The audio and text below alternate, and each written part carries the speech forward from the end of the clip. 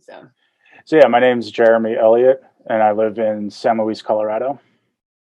And I'm the executive director of the Costilla County Economic Development Council. I grew up in Boulder, actually, and or just outside of Boulder, and water was never that relevant to me as a kid growing up. You look up at Long's Peak and say, "Oh yeah, there's not much snow up there right now," whatever. As I did get older, it was and more subdivisions were being put in. In the back of my head, I always wondered where's their water coming from. As time went on, I moved down to the San Luis Valley, and water became very relevant. Whether it was through pumping out water to send up to the Front Range from our aquifers, to learning about the acequias, and that whole network of acequias and the community behind that. I used to have a good friend of mine, a former county commissioner, Joe Gallegos. I would ask him questions about the acequias. I'm like, what's the deal with these ditches? And he's like, they're more than just a ditch. It's a whole network of life, where it's the oldest adjudicated water rights in the state are down here. And they're very proud of having those water rights.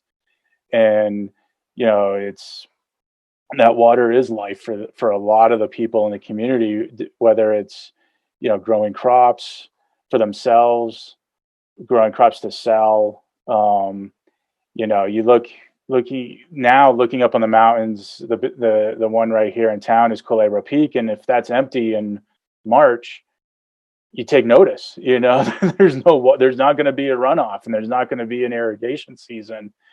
And then that means, hay prices go up, and, from $3 a bale to 15. And can people afford that? Can people afford to even grow hay to feed their own livestock? Seeing how important that is, and getting people to realize that don't live here to understand that has been a battle for a long time. Down here, if you want to have a strong fight, it comes around water.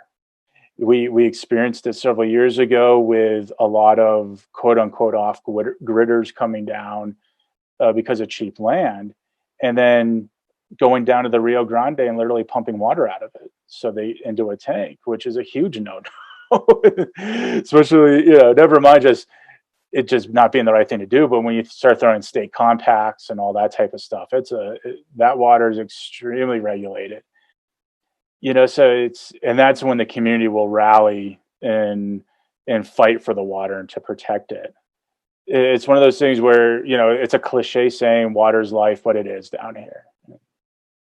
The valley has a weird way of sucking people in.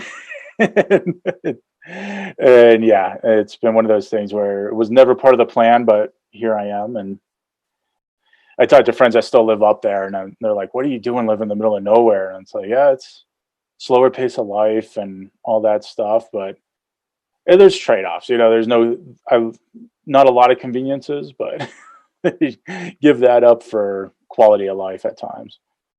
You don't see a lot of, crop dusting and pesticides and all that type of stuff. The farming that happens here is the same farming that happened in the 1800s.